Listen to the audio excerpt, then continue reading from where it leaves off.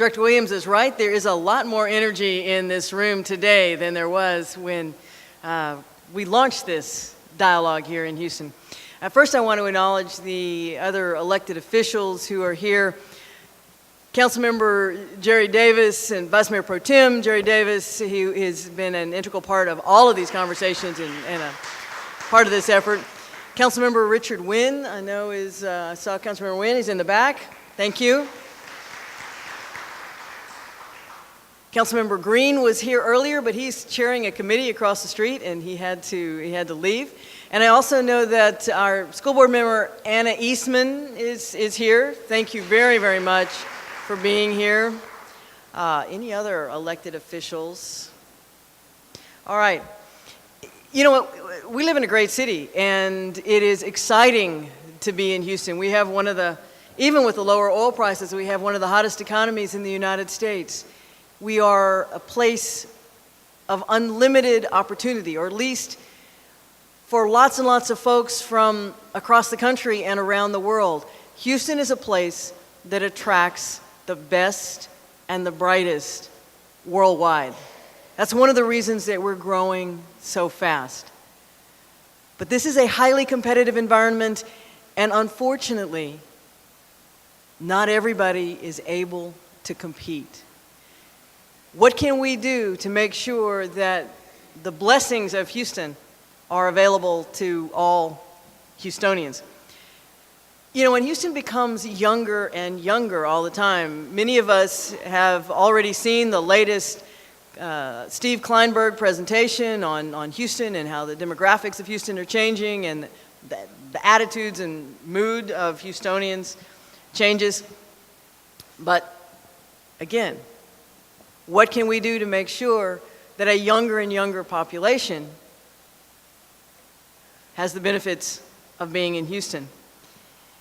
More than 50% of Houston's young people are either Hispanic or African American. Graduation rates are improving in Houston, but there's still a gap between the graduation rates of Hispanic and Black young men and their white and Asian counterparts. Out-of-school suspension rates for serious offenses are 2.5 times higher for Black male youth compared to white male youth. And young Hispanic men are almost 3 times more likely to be uninsured. So even if you have a job, you're earning wages, you're protecting yourself, you're protecting your family, one devastating illness wipes it all out.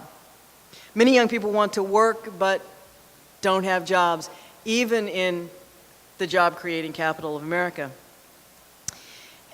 When the president rolled out his My Brother's Keeper initiative and asked cities across America to join in doing something, I raised my hand and I said, absolutely, Houston's going to be a part of this, and we're excited to join in. Fortunately, y'all agreed, and a lot of other people stepped up. I can devote city resources to this initiative, but this is not something that the city can do.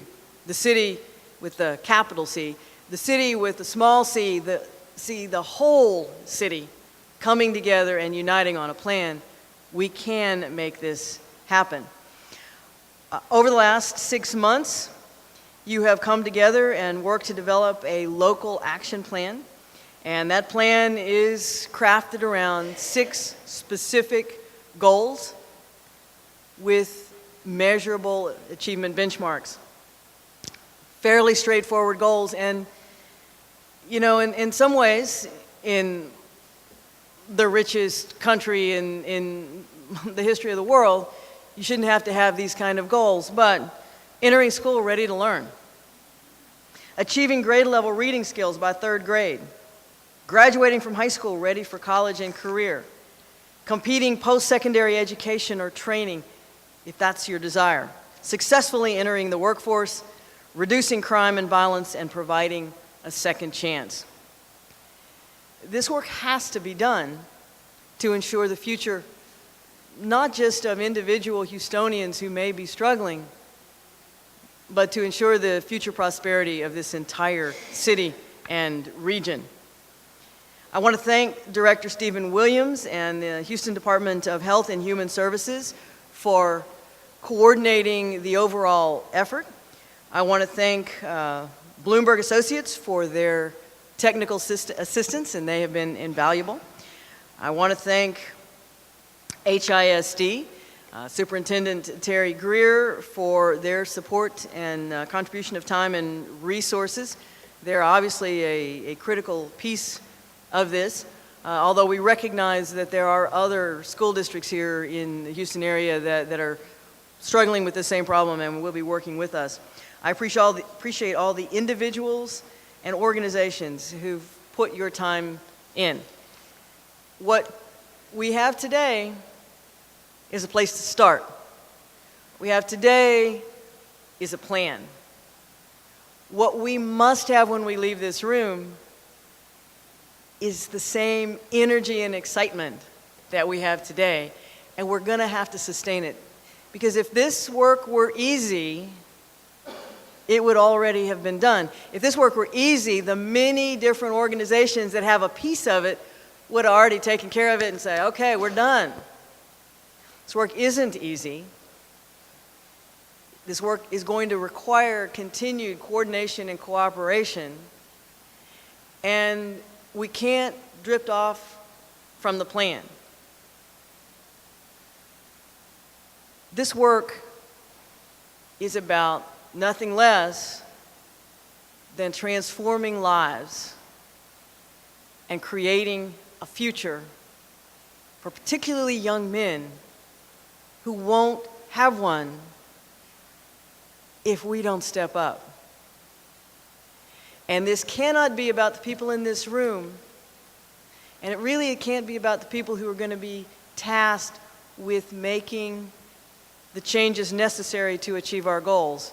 It must always be about the individuals who we're trying to reach.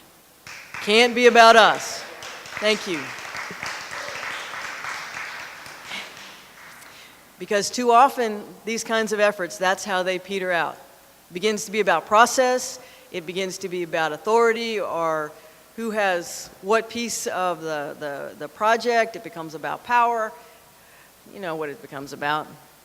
We have to make sure that it is about our youth, our future, and about giving them hope. Thank you very much for being here.